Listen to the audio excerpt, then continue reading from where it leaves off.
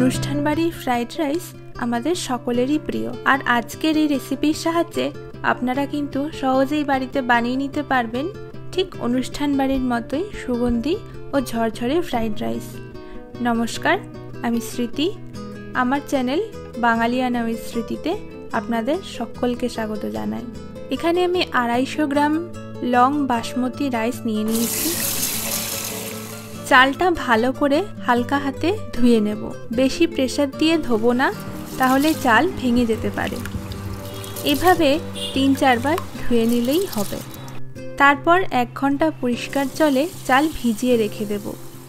1 ঘন্টা হয়ে গেলে একটা গামলার মধ্যে অর্ধেক জল নিয়ে নিচ্ছি।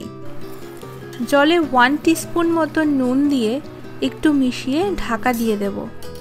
কিছুক্ষণ পর জল ফুটে উঠলে তাতে আমি দিয়ে দেব 1 টিস্পুন তেল। চালটা ফোটানোর সময় যদি তেল ব্যবহার করা হয় তাতে ভাতটা কিন্তু ঝরঝরে হবে আর একটার সাথে একটা লেগেও যাবে না। জল ফুটে উঠলে আমি তাতে চালটা দিয়ে দেব। একদম হালকা হাতে নাড়তে হবে। এবার আমি 1 টিস্পুন ভিনেগার দিয়ে দিচ্ছি। ভিনেগার দিলে ভাত কিন্তু বেশ সাদা সাদা হবে। ভাতটা 90% পর্যন্ত রান্না করে নিয়েছি। এবার ভাতের মাড় ঝরিয়ে একটু ছড়িয়ে ঠান্ডা করার জন্য রেখে দেব।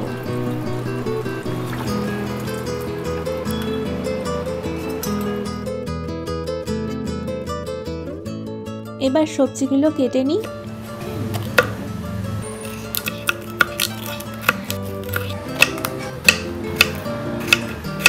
সবুজ, হলুদ ও লাল ক্যাপসিকামের সাথে কিছু গাজর ও বিনস কুচি কুচি করে লম্বা করে ও 3টি কাঁচা লঙ্কা কুচি কুচি করে কেটে নিয়েছি। আর কিছু পরিমাণ আমি এখানে মটরশুঁটি, কাজু আর কিশমিশও নিয়ে নিয়েছি। ভাতটা ঠান্ডা হতে থাক, ততক্ষণ কেটে রাখা সবজিগুলো ভেজে নেব। তার জন্য একটা পাত্রে 2 টিস্পুন ঘি দিলাম। তারপর আমি প্রথমে দেব বিনস আর গাজর।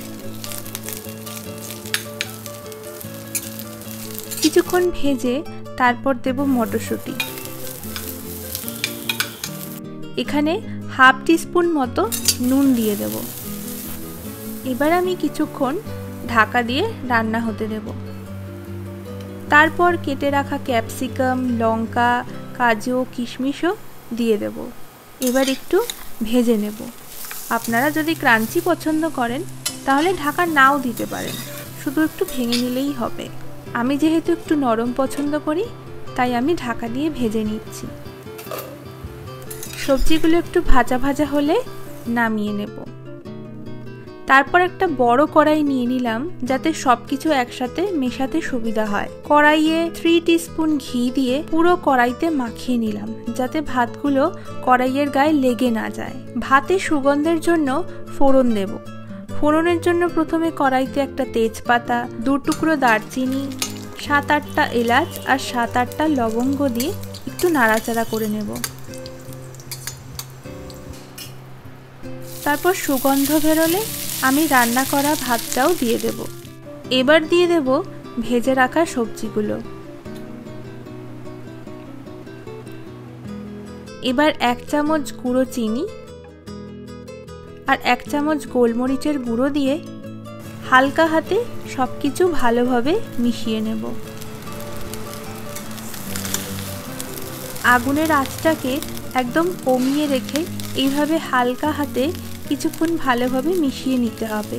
আপনি যদি ফ্রাইড রাইসে একটু বেশি ঘি পছন্দ করেন তাহলে নামানোর সময় আরও একটু ঘি দিতে পারেন। এইভাবে হালকা হাতে সবকিছু ভালোভাবে মিশিয়ে নিলেই তৈরি হয়ে যাবে সুগন্ধি অনুষ্ঠান বাড়ির ফ্রাইড রাইস। তাহলে বুঝতেই পারছেন অসাধারণ স্বাদের ফ্রাইড রাইস বাড়িতে কীভাবে সহজেই বানিয়ে নেওয়া যায়। এই সহজ রেসিপিটা অবশ্যই বাড়িতে বানাবেন আর কমেন্ট বক্সে আপনাদের মতামতের অপেক্ষায় থাকব। ভিডিওটা ভালো লাগলে অবশ্যই লাইক করবেন আর অবশ্যই সাবস্ক্রাইব করে চ্যানেলটিকে সাপোর্ট করবেন। ধন্যবাদ।